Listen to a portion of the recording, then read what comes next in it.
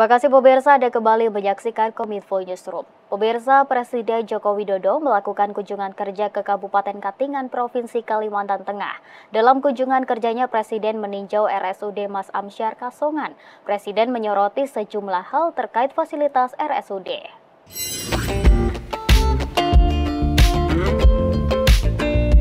Fasilitas kesehatan yang menjadi perhatian Presiden Joko Widodo di RSUD Mas Amsyar terkait layanan BPJS Kesehatan yang memiliki keterbatasan kamar. Presiden meminta Menteri Kesehatan untuk mempertimbangkan relokasi rumah sakit ke lahan baru yang ditawarkan oleh Bupati. Lahan tersebut memiliki luas 5 hektar yang dapat digunakan untuk memperluas dan meningkatkan fasilitas. Dalam kunjungannya, Presiden juga memeriksa kesiapan ruangan dan alat-alat medis modern di RSUD tersebut. RSUD Mas Amsyar merupakan tipe rumah sakit tipe C dan satu-satunya rumah sakit milik Kabupaten Katingan dan jumlah dokter spesialis sebanyak 18 orang. Di sini kamarnya kurang. Hanya berapa? 53 kamar. Seharusnya memang di atas 100 di kita. Pemirsa, Wakil Presiden Ma'ruf Amin meninjau fasilitas pengolahan sampah B3 di kawasan industri Pasuruan, Jawa Timur. Pengolahan limbah B3 disebut Wapres menjadi isu lingkungan yang mendesak karena berpotensi merusak lingkungan di luar area industri. Mengunjungi fasilitas pengolahan sampah dan limbah B3 atau bahan berbahaya dan beracun di PT Prada Tanara Pratama kawasan industri Rembang, Pasuruan, Jawa Timur, Kamis 27 Juni 2024, Wapres Ma'ruf Amin menegaskan pengolahan limbah B3 harus dilakukan di dalam kawasan industri sebagai bentuk pencegahan kerusakan lingkungan di luar kawasan industri. Dalam kesempatan tersebut, Wapres memberikan apresiasi bagi Kementerian Lingkungan Hidup dan Kehutanan dalam usaha membangun fasilitas pengolahan sampah kawasan industri. Wapres menyebut pengolahan sampah dan limbah merupakan bagian dari program pembangunan berkelanjutan atau SDGs yang menjadi komitmen Indonesia dan usaha pemerintah menurunkan emisi karbon. Wapres menilai pengolahan sampah dan limbah yang dilakukan dengan baik akan memberikan nilai tambah dan manfaat bagi masyarakat sekitar. Masalah lingkungan seperti kita menjadi pemerintah ya, menjadi program pemerintah dan itu juga program daripada pembangunan berkelanjutan SDGs, bagian dari program SDGs yang menjadi komitmen Indonesia. Ya, dan kita juga dalam rangka menurunkan emisi karbon, emisi karbon itu melalui pengolahan sampah ini. Bahkan kita harapkan sampah itu nanti menjadi rebutan, ya, menjadi berkah.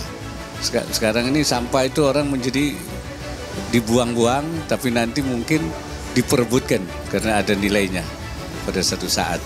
Itu yang saya kira ya, Pak KLH, Pak Wamen, untuk kita buat seperti itu. Pemirsa, pemerintah meresmikan smelter tembaga milik PT Freeport Indonesia yakni smelter Manyar di Gresik, Jawa Timur. Menteri Perekonomian Airlangga Hartarto menyebut dengan beroperasinya smelter ini, seluruh konsentrat tembaga yang diproduksi oleh PT Freeport Indonesia dapat semuanya diproses dan dimurnikan di dalam negeri.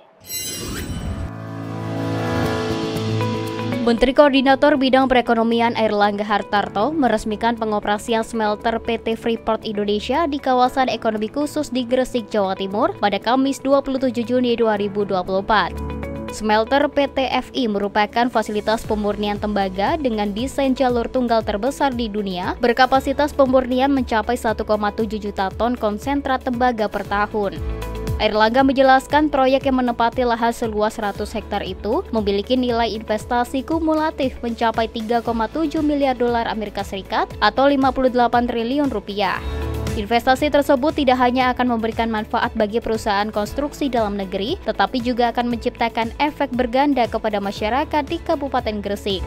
Bersama dengan smelter yang dioperasikan PT Smelting, keduanya akan memurnikan 3 juta ton konsentrat tembaga per tahun dengan produksi sekitar 600.000 ton katoda tembaga, 50 ton emas, dan 200 ton perak per tahun. Dengan beroperasinya smelter ini, seluruh konsentrat tembaga yang diproduksi oleh PT FI dapat semuanya diproses dan dimurnikan di dalam negeri, demikian juga lumpur anoda dari PT Smelting. Dan ini yang pertama, integrasi tambang sampai dengan produk akhir. Dan dengan integrasi ini, maka produksi emas nanti yang 50 ton bayar royalti, Pak Tony. Karena ini terintegrasi dari tambang sampai ke hilir. Demikian pula untuk perak juga bayar royalti. Jadi tentu banyak pendapatan yang didapatkan pemerintah. Kehadiran PT FI di KEK Gresik diharapkan dapat menjadi salah satu penarik dalam membentuk kawasan dengan ekosistem yang mendukung hilirisasi, khususnya EVI. Hingga Maret 2024, KEK Gresik telah mencatatkan nilai investasi sebesar 75,2 triliun rupiah dan menyerap lebih dari 35.000 orang tenaga kerja. Tentu ke depan Indonesia akan mampu untuk meningkatkan ekspornya. Kalau ekspor kita kuat, maka rupiah kita bisa stabil. Sebagai contoh, dari nikel itu dan dari kelapa sawit ekspor kita 55 miliar. Nah, import minyaknya 40 bilion. Jadi sebetulnya natural hedging itu terjadi. Pemirsa, progres pembangunan venue PON ke-21 di Aceh sudah mencapai 62,3% dan dipastikan rampung pada Juli mendatang. Kadis PUPR Aceh memastikan saat ini beragam persiapan venue PON di Aceh terus dilakukan, terutama di Stadion Harapan Bangsa yang digunakan seremoni pembukaan PON ke-21.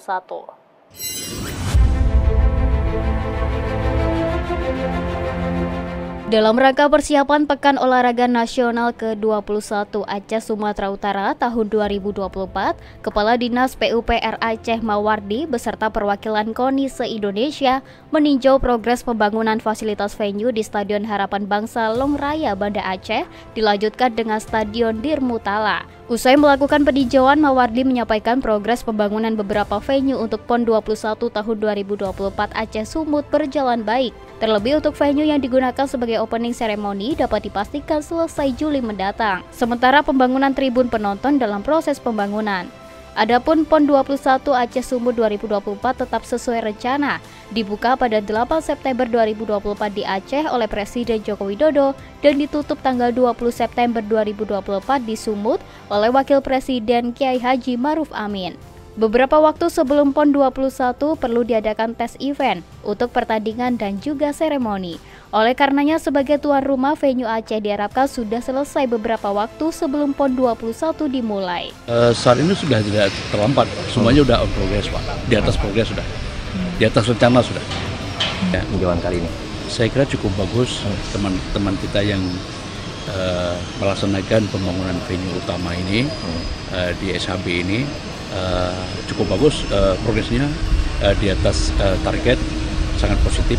Insya Allah kita yakin, optimis ini bisa terlaksana sesuai rencana pelaksanaan bukan PON di sini.